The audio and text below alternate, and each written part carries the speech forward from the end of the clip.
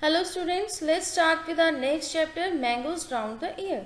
I think every child like mango. Mango is favorite of everyone. Oh, look at this. What is this? This is a mango. But this is naughty mango. आपको count करना है आज कि हमारे पढ़ते time ये naughty mango कितनी बार आया है. तो naughty mango has gone now. Let's start our chapter. So, there were three friends, Neetu, Aman and Preeti. They all bring food to eat in lunchtime. As they opened their tiffins in the lunchtime, what does Aman said? Aman said, today Neetu has bought potato sabji. Preeti said, I have got bhindi.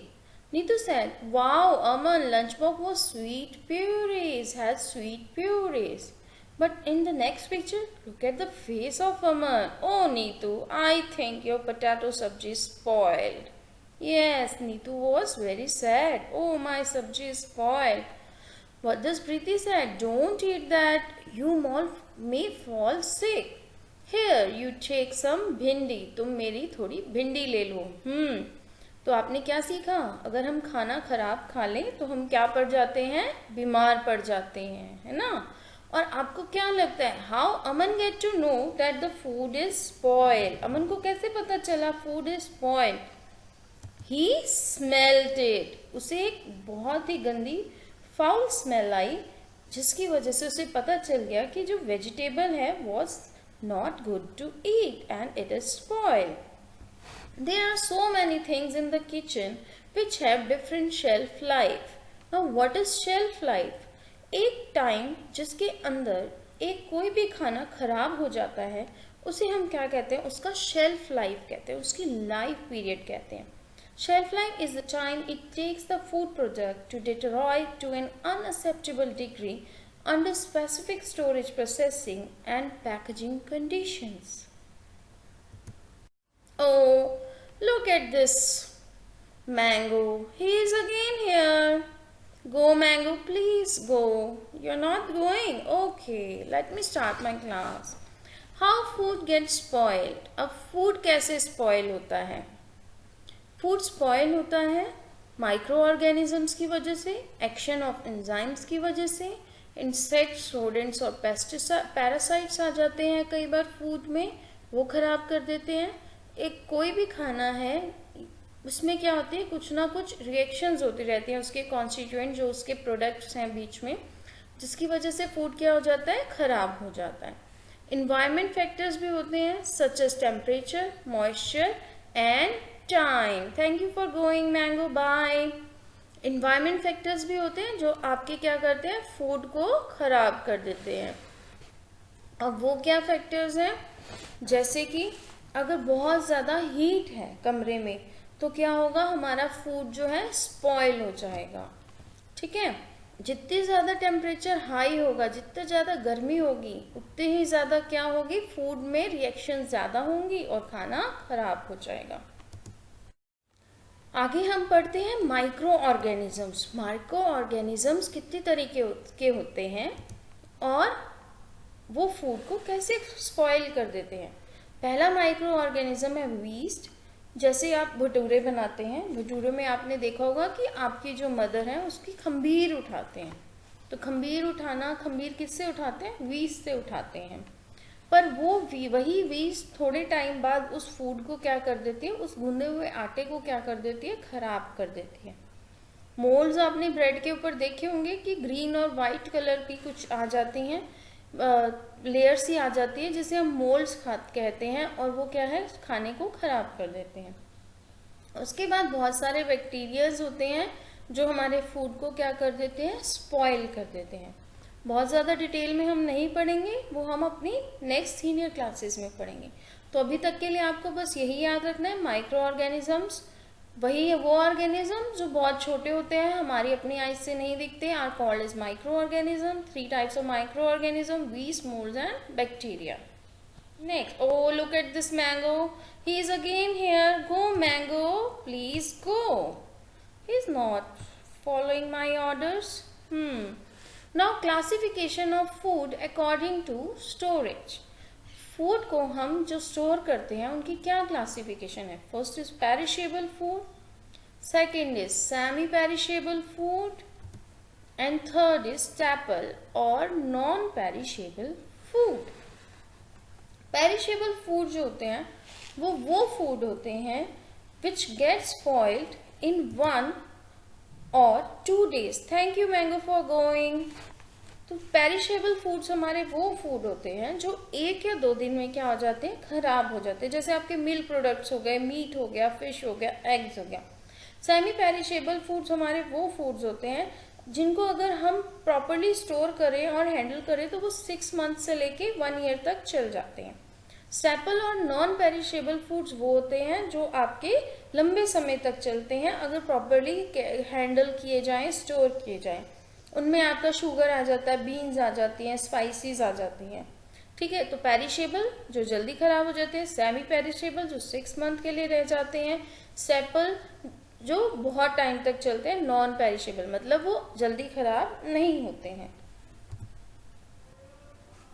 तो आइए अब हम पढ़ते हैं ममदी तंद्रा। ममदी तंद्रा क्या होता है? आम पापड़ होता है और ये एक स्टोरी है किसकी? चित्ती बाबू और चिन्ना बाबू की, जो रहते थे आत्रेपुरम टाउन इन आंध्र प्रदेश। दोनों ही ब्रदर्स को क्या था? मैंगो ट्री पे खेलना बहुत पसंद था और वो क्या करते थे? अपने समर हॉलीडेज पे most of the time they play in the mango garden when the trees are full of fruits. They also like to eat unripe mangoes with salt and chili powder.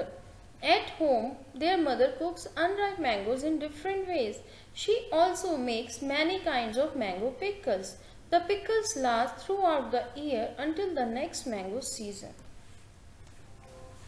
तो जो चित्ती बाबू है और चिन्ना बाबू है उनकी mother क्या करती थी? पिकल्स बनाती थी जो पूरे साल तक चलती हैं। मुझे लगता है कि आपकी मदर भी बनाती होंगी पिकल्स जो आपके पूरे साल तक चलते हैं और ख़राब भी नहीं होते। एक दिन इवनिंग में चिन्ना बाबू ने कहा, अम्मा we have so many mangoes, make some mamidi tandra. उन्होंने क्या कहा? ममदी तंद्रा बनाओ। ममदी तंद्रा क्या बताया था मैंने आपको? आम पापड़। Their father said, making Mamdi Tandra needs 4 weeks of hard work.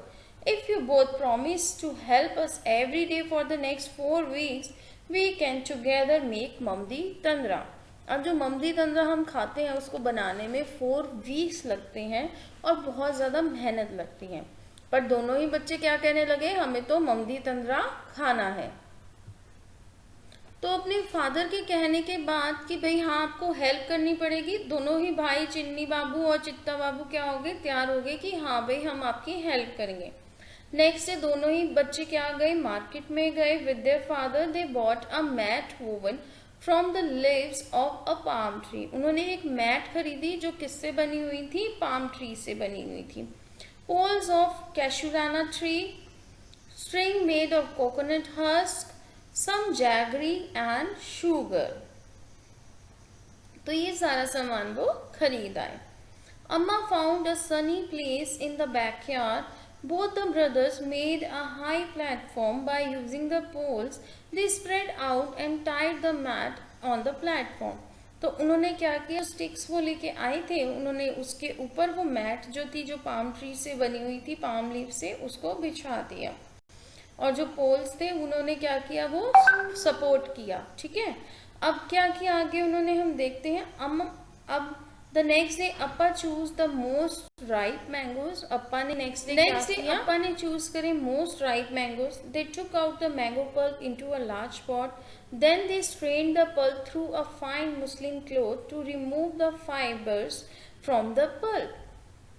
अब उन्होंने क्या किया? मोस्ट अनराइप जो मैंगोज थे वो सेलेक्ट करे और उसका जो पल्प था वो क्या किया? उसको निकाल दिया। ठीक है,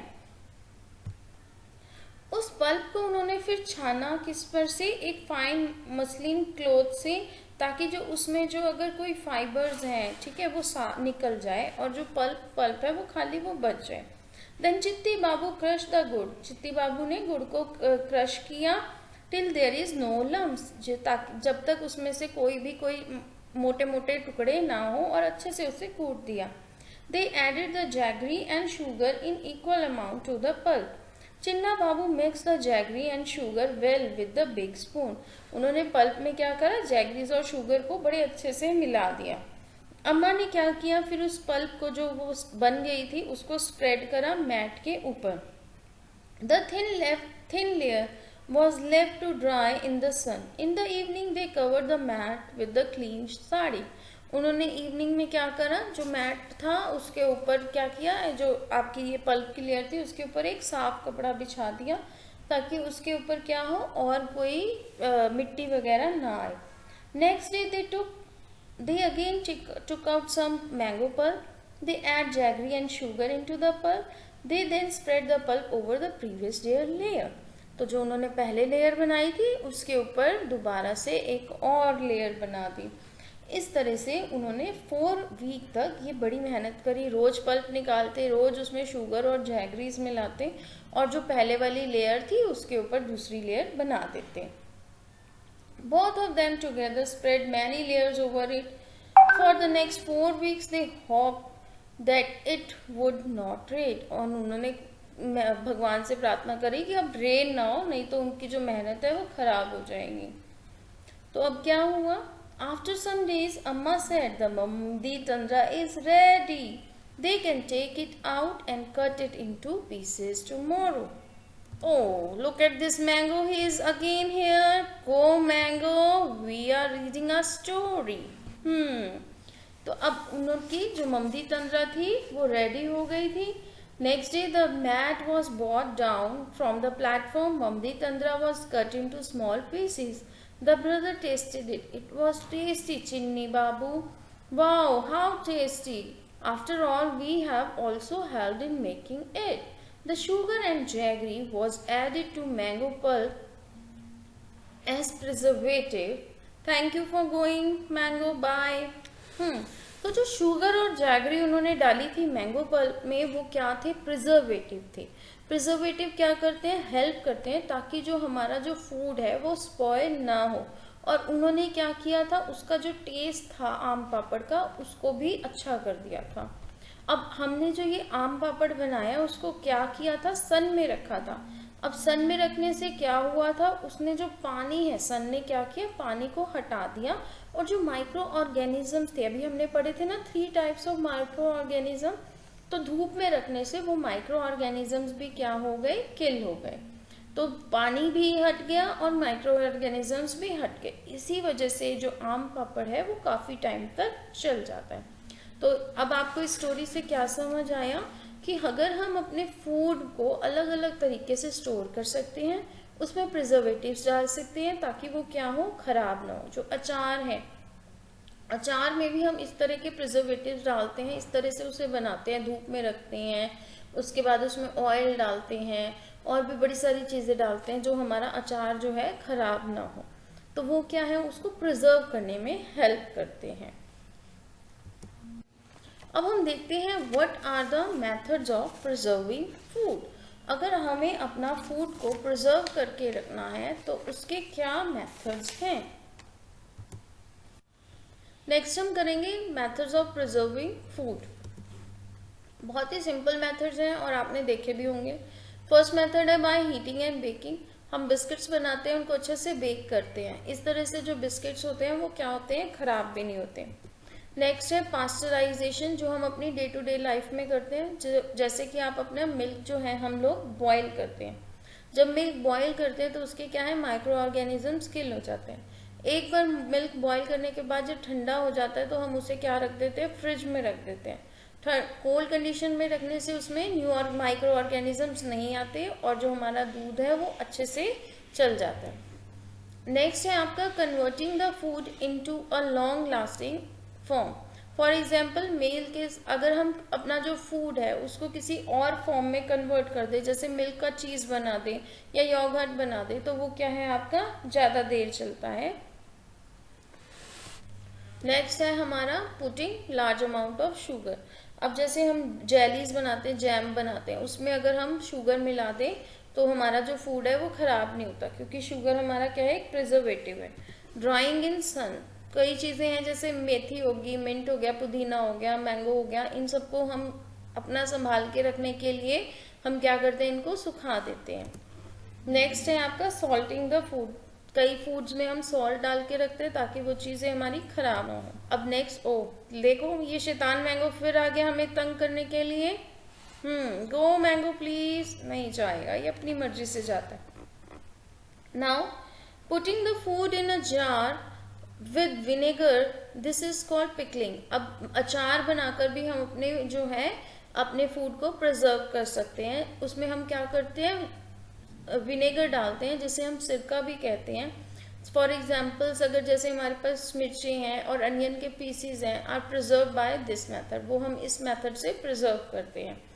और उसके अलावा हम टोमेटो की प्यूरी बना लेते हैं और क्या कर देते हैं, उसको फिर लेटर ऑन यूज करते हैं। नेक्स्ट है, अगर फूड को हम कोल्ड और फ्रोजन प्लेस में रखें, जैसे हम उसको क्या कर दें, फ्रिज में रख दें, तो हमारा फूड क्या है, ज़्यादा टाइम तक चल जाता है। बाय मेकिंग पिकल, बड़ी सारी चीज़ों के हम क्या कर देते हैं, पिकल्स बना लेते हैं फ्रूट्स और वेजिटेबल के, और वो हमारे क्या रहते हैं, प्रिजर्व रहते हैं।